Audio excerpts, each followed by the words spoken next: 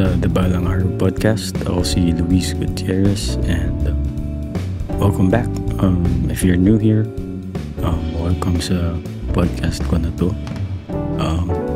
And of course, if you're listening to this podcast simula nung una, since episode 1, maraming salamat. I appreciate y'all. Also sa followers natin on Facebook, on YouTube, sa mga socials, Instagram and TikTok, maraming salamat. Thank you for viewing and listening to what I say on this podcast.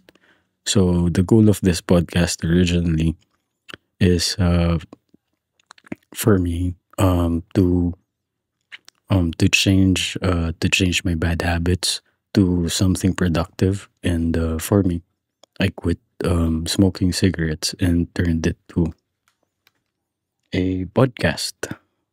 So today, as of recording, we are 53 days since nag-stop mag-yosi. Well, that's an achievement for me. So, well, thank you so much for the people na laging sumusuporta and following this podcast helps. Sharing this podcast helps also. So maraming salamat. And happy Halloween nga pala. So nag-trick or treat na ba yung mga kids? Also congratulations, syempre, champion ang Dodgers again.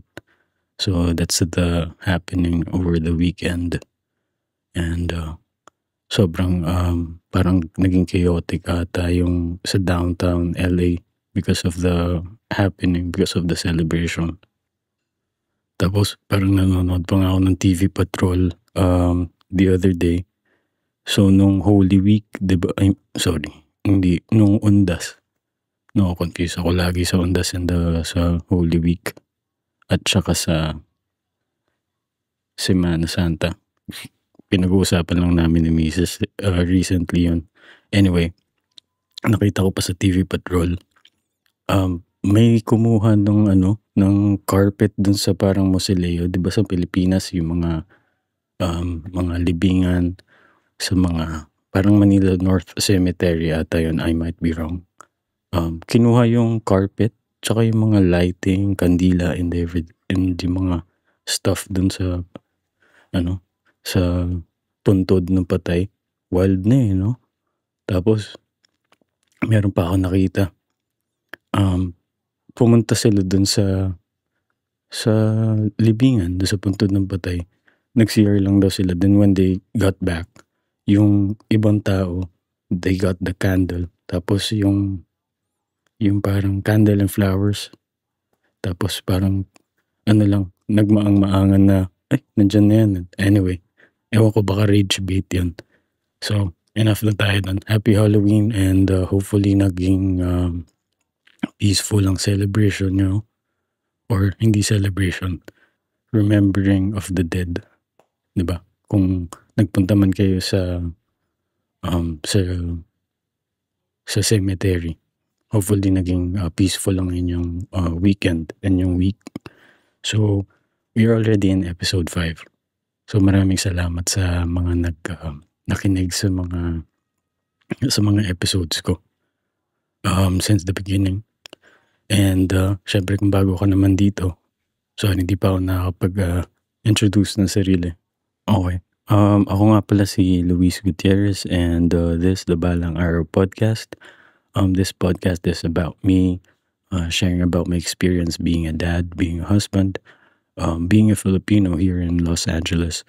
So if you find this podcast interesting, please share it to your friends or your family, your relatives. So for this episode 5, i-share ko sa inyo kung ano yung mga balang araw ko nung unang panahon ng bata pa ako. Ano ba yung mga nare-remember nyo din na parang gusto nyo mabili nung wala pa kayo, nung bata pa tayo, di ba, nung wala ka pa namang real money, wala ka pang trabaho. You're trying to dream of, like, let's say a toy or a gadget kung hindi man, kung gusto mo mag-save, parang may amount ka ba na like, tina-target mo na may ipon sa baon mo. So, noong time na yun, I grew up sa mga sa extended relatives. So, sa bahay na yun, meron akong, nakikigamit ako ng PC. So, if you remember yung mga personal computer nun, yung mga giant pa yung monitor, malalaking those were the times na ang games nun sa computer na yun, hindi ko naman pwedeng installan ng mga games or something. So, may mga text twist, if you remember those games, pinball, yun yung era nung time na yun na what I'm talking about. So anyway, yung computer na yun, merong burner. Yung pang burn ng CD. So what I will do, I will borrow CDs from friends sa busmates para makapag-burn ako ng sarili kong CD. So, nung time na yun, you can just copy the file from the CD. So, hiramin ko lang yung CD, let's say Kamikaze CD. Ika-copy over mo lang. It's like a copy-paste thing if I remember correctly. Ika-copy over mo lang yung file. So, what you can do at the time, pwede kang mag-borrow ng mga ilang CD tapos pipili ka ng mga kanta. Tapos ilalagay mo siya dun sa CD na yan. So, sa isang CD, parang pwede mo malagay mga 10 to 12 songs depending on the size. Siguro, hindi ko tinitingnan yung size nun. Parang ako naman, kung kaya pa yung song na ilagay dun, di ba? Hindi, yun pa yung mga trip ko nung araw. Sabi ko, balang araw, I can already like probably produce like a record album ba yung tawag sa ganun, or record case kung saan nakalagay yung mga CD mo, and you can like put 100 CDs there. Kasi nakikita ko sa mga tito ko, di ba dati pag may sounds ka sa kotse, you need to have a compilation of a lot of CDs para depende sa trip mo. Ngayon, Spotify na lang, di ba? So, innovation of music playing or music production. So, siguro doon na nag-start yung idea ko or yung knowledge ko sa onting knowledge ko sa pagko-computer ba. Like, the idea of transferring files, parang syempre nung time na yun, I was like 10 years old siguro, 9 years old, 10 years old, or younger. So, yun yung balang araw ko ng bata. Tapos, sabi ko naman, since I have that PC, sabi ko balang araw, I can get my own PC, download all the games that I need there. So, I actually asked sa airmat ko, pwede ba ako magpagawa ng PC? Gusto ko ng own PC sana, ng personal computer. Sabi ko, ito yung gusto kong laro, gusto kong lagyan ng NBA, gusto kong lagyan ng mga games na trip ko nung time na yun. Max Payne, yung Max Payne, uso pa yun. Tapos yung Sims, hindi pa ako nagdodota at the time, so Counter-Strike, yan, sabi ko. So, hindi na rin ako nakabili ng PC na yan. Hindi na rin nabuo yung PC na yan. So, yeah, so that was like one of the things na gusto ko ng bata, na sabi ko, gusto ko ng PC para makapag NBA or I don't know, I forgot kung ano yung mga games na uso nun.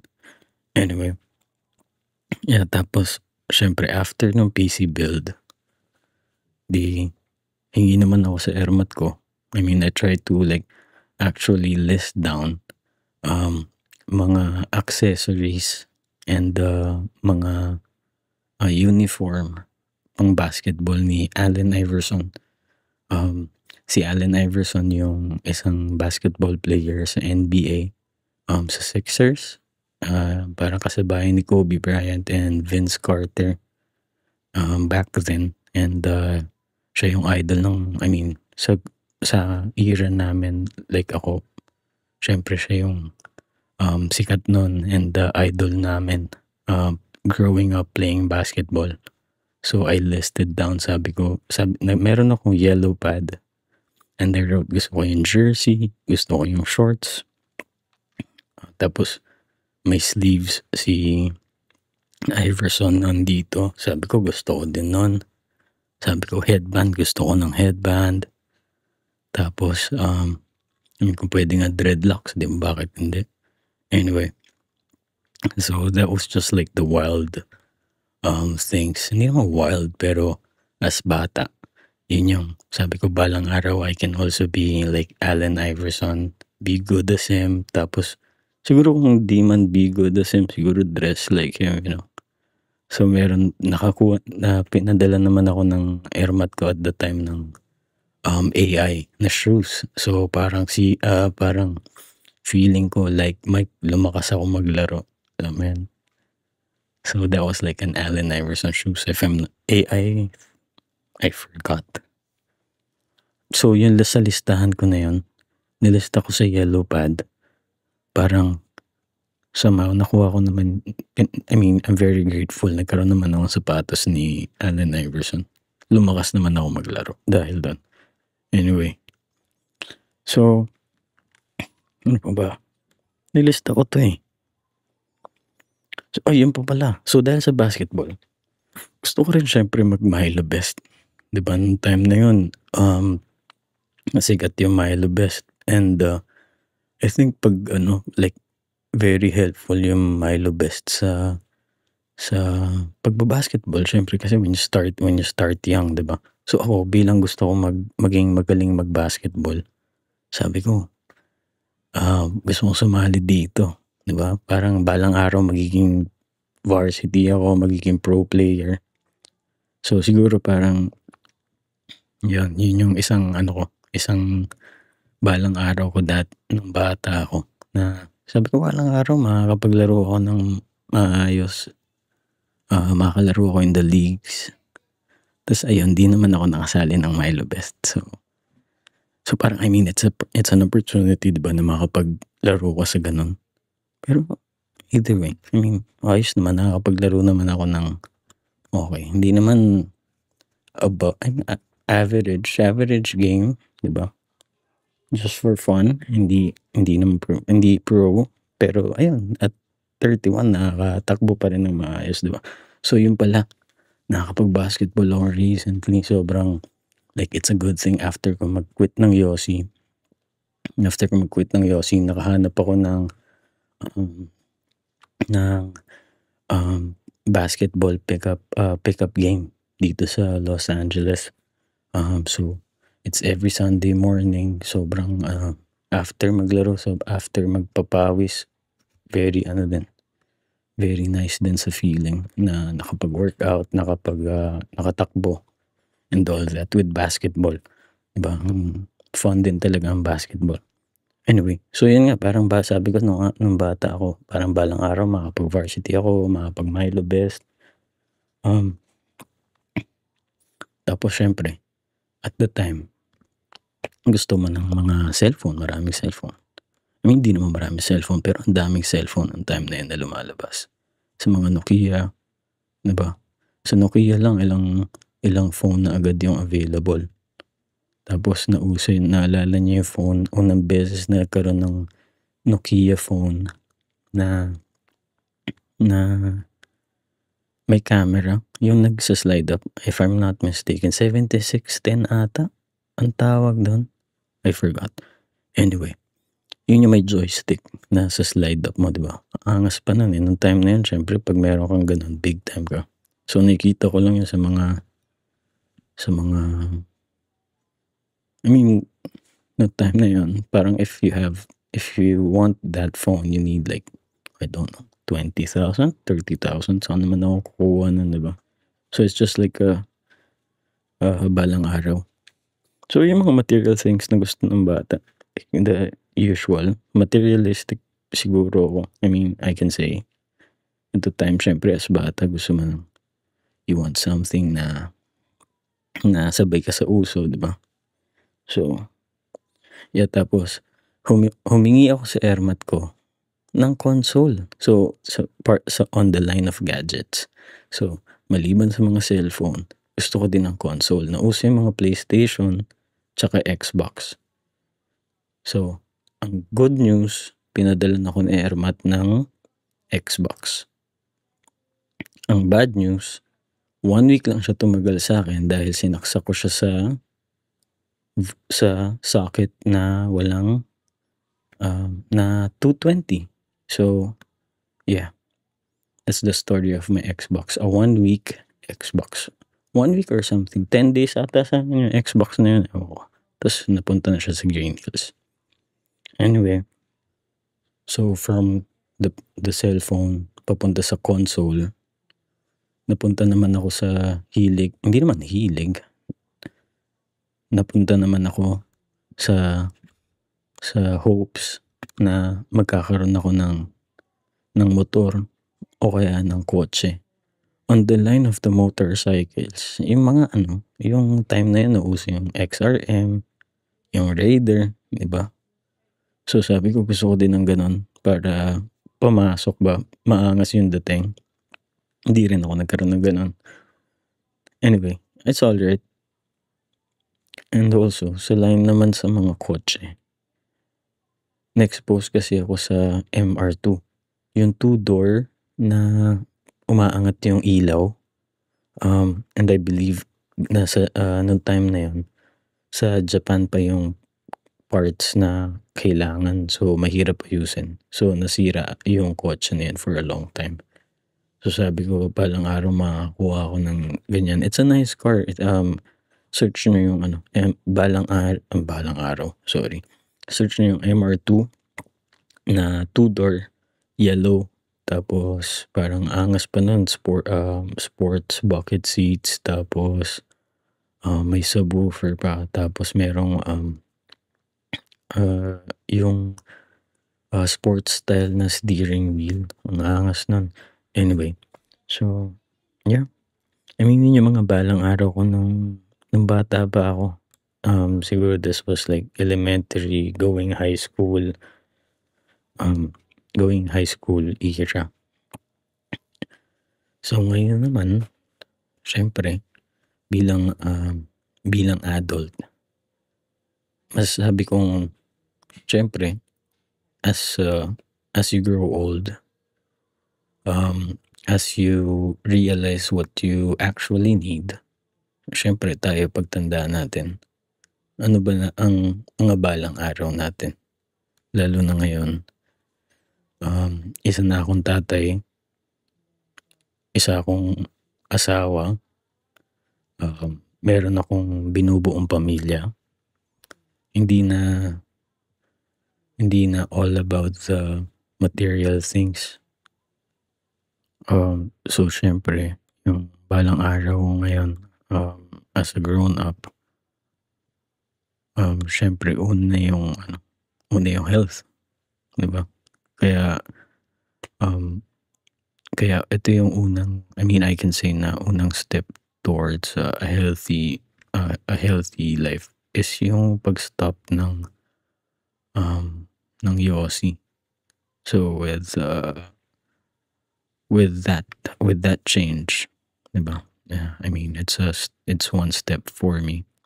Tapos, balik sa basketball. So, that's a workout also. Syempre, balang araw magiging healthier tayo than we've ever been. Diba?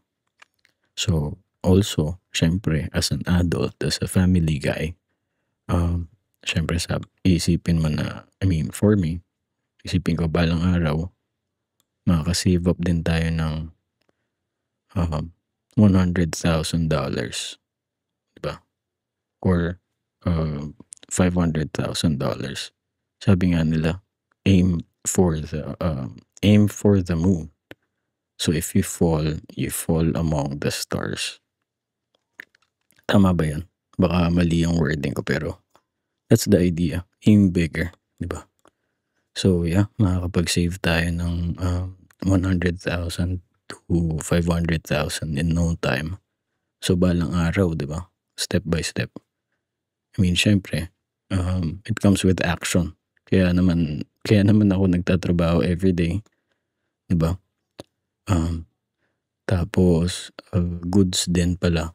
Share ko lang kung meron kayong, if you're here in the US, tapos merong 401k na ino-offer sa trabaho nyo, i-grab nyo na yun. It's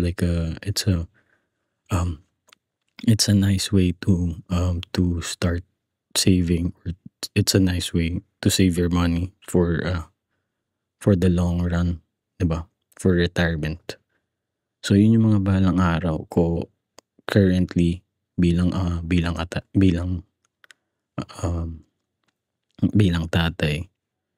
Syempre gusto mo maging stable, maging secured yung pamilya in the long run. Kaya naman tayo nagtatrabaho araw-araw. So, syempre balang araw, makakasettle din tayo ng mga bills, ng mga utang. Diba? I mean, I can say dati, ang utang ko sa mga tao nga, like very hard times din. I mean, kailangan ko din mangutang sa mga tao. Ngayon, nag-upgrade na ako.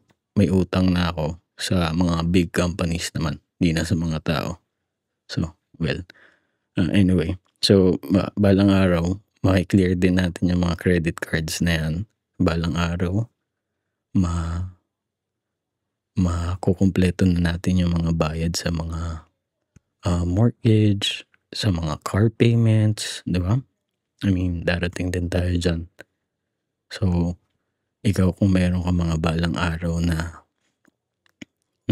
hopes and dreams, lista mo and then work on it. Darating din yung araw na matatapos din yung mga binabayaran, or balang araw makukuha mo din yung pangarap mong promotion. Yung balang araw makukuha mo din yung idea mo na project. Sisimulan mo na rin balang araw, di ba? So yung mga balang araw nyo, share nyo din sa akin. Lagay nyo sa comments. If you're not comfortable posting it online, you can message the page also. So, share nyo sa akin kung ano yung mga balang araw nyo din. Okay. Let me just cut the podcast right here. Meron lang tayong commercial.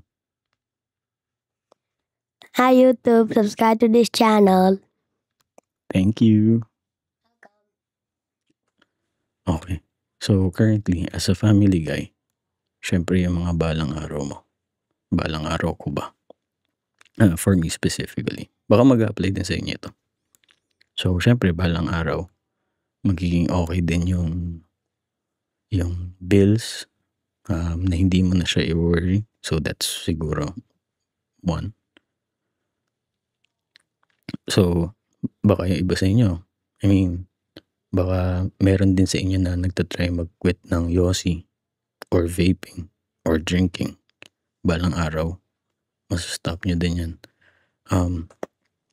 Anyway, so doon sa area na yun, it's like you're prioritizing your health, diba? For the long run, para sa ikakatagal ng katawan mo. Gusto ko pa rin mabuhay ng matagal, syempre. Para sa pamilya, para sa anak ko, para sa misis ko, diba? Para mas ma-enjoy pa. Napanood ko nga yung mga recent videos ni Kong TV. Diba nagiging trending nga yung tinulungan nila yung nakita niya sa LRT. Tapos, dinala niya pa sa Taiwan, binigyan niya tinulungan nila ng trabaho. Okay nga yung mga ganun eh. Anyway, sorry, na-sidetrack ako sa kwento ko. Anyway, nakalagay pala dito, sabi ko balang araw, okay na work, security. Pero hindi security guard, job security. Anyway, yan, okay naman ang work natin, working from home. Siguro baka dito na ako mag-retire. Alam mo yun, okay naman ng kumpanya, very chill. Pero syempre busy at times. Kung maging successful tong podcast, kung kailangan kong di ba? I mean, kung maging successful ang podcast, syempre magiging successful to. Balang araw, magkakaroon ng time na pwede ko nang bitawan ng 9 to 5. I mean, it's a wishful thinking. It's a balang araw thing. Diba? Yun yung mga isa sa natin. Nasa listahan natin ng balang araw. Nandito yan pare. Sa book. Ano ba to? Diba? Sa book ko. Anyway, syempre, balang araw, makakumpleto natin yung bayad sa mga kotse, sa mga mortgage. Tapos lagi ko sinasabi kay Mrs., yung mga nakikita namin kotse sa daan. Pag nakita ko yung favorite ko na car, for example, yung G-Wagon, sabi ko, balang araw makakuha tayo niyan. Yung pera na, yung sinasabi ko sa kanya, balang araw pag meron na tayong extra pera, yung pera na pwede mong itapon, na hindi mo na kailangan, kung mawawala man. Alam mo yun, bibili kami ng G-Wagon. Nasa listahan ko na yun. So, balang araw, we'll be able to get that. Diba? At materialistic side, parang pag nagkaroon na ako ng sobrang daming pera siguro, hindi ko na kailangan. Kung bibili ko ng G-Wagon, ewan ko, bibili ako ng something else. I mean, marami akong kotse na tinuro kay Mrs. na sabi ko, kuha tayo ng ganyan pag meron tayong extrang pera. Tapos sinasabi ko kay Mrs. na balang araw we'll get our own house. Lagi ko sinasabi kay Mrs. na ang good life ko, ang pwede kong i-add yung ihawan. Yung high-end na ihawan sa labas. Yeah, so that's one. So this is the Balang Araw podcast. And ang balang araw ng podcast ko na to is to get to reach a bigger audience, magkaroon ng maraming followers and subscribers na may inspire or matutuwa sa podcast ko na to or sa show na to, people na makaka-find ng value sa kung ano man nire-rant ko dito or sinasabi ko dito. Diba? Syempre, balang araw ng podcast ko, solid na community. Diba? Tapos, we're 5 episodes in. Balang araw, I can get to 100 episodes. Diba? Or 500, dadating din tayo dyan. And 1,000 for the 1,000 episodes. Diba? Ano bang, ang dami ko pang pwedeng sabihin, pwedeng magawa sa 1,000 episodes. So this is just the number 5 of that. So hopefully you're finding this podcast interesting. Hopefully you find this podcast somehow relaxing or I don't know, inspirational. Tapos parang naisip ko din dito sa podcast ko na to, I mean, gusto ko someday, balang araw, magkakaroon ako ng balang araw music night. It's like an acoustic night, chill sessions, diba? So parang yan yung mga isang balang araw list ng balang araw podcast. And syempre, balang araw yung mga balang araw merch. Siguro soon, if more people gets to hear this podcast and I can reach more audience, I mean, it would be nice na magkaroon ng mga balang araw merch. Diba? That's one of our balang araw list also. Siguro mga hoodie. Alam niyo naman ako. I mean, if you know me, I'm always wearing a hoodie. Like always black hoodie. Pero I mean, like I try to put up a few designs out para sa mga black hoodies before. Also, um, balang araw magkakaroon din kami ni Mrs. ng isang coffee shop. And we can call it the Balang Araw Coffee. Alam mo yan? I'll talk it over with my wife. So, hopefully hopefully maging katotohanan din yung mga yan. So, nasa listahan natin yan. Balang Araw merch, yung Balang Araw music sessions, Balang Araw coffee, and also, syempre, yung The No Yossi Club, yan.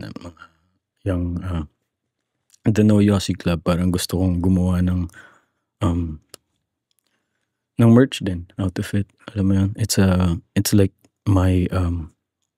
like my project din also that I would want to build. And syempre, together with this podcast, is our Balang Araw movement. Our Balang Araw movement is for me and for you to chase your Balang Araw, your dreams, your hopes, kahit ba 1% every day.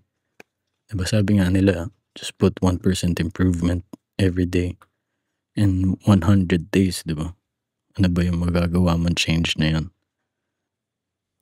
So, napahaba yung kwento ko. Maraming salamat sa pakikinig sa The Balang Araw Podcast. Ikaw pare, anong balang araw mo? Share mo sa akin. Comment mo dito sa video or DM mo ko. So, naalala mo pa ba yung mga stuff na dati iniisip mo lang na bilhin, pero right now you already have it? Kunyari, yung phone mo ngayon. Dati, you're just saving up for it. Ngayon, meron ka na yan.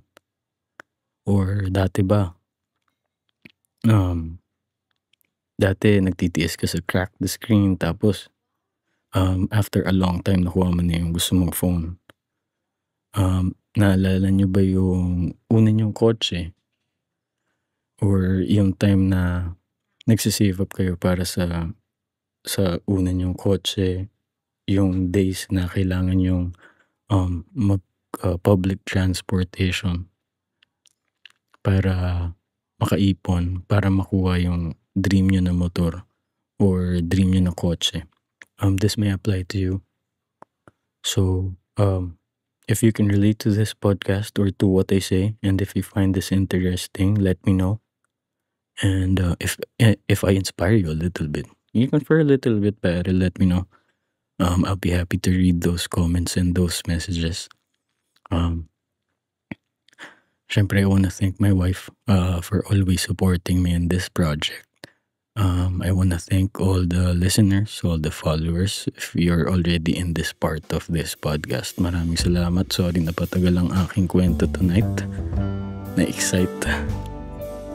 Well, please follow the podcast socials. Meron tayong Facebook, Instagram, and TikTok at The Balang Araw Pod. That's The Balang Araw Pod. TheBalangarawPod. That's for Facebook, Instagram, and TikTok. The Balang Araw Pod sa YouTube, and The Balang Araw Podcast sa Spotify and Apple Podcast. So, yan. Maraming salamat. Ako si Luis Gutierrez. This is The Balang Araw Podcast, and see you next time.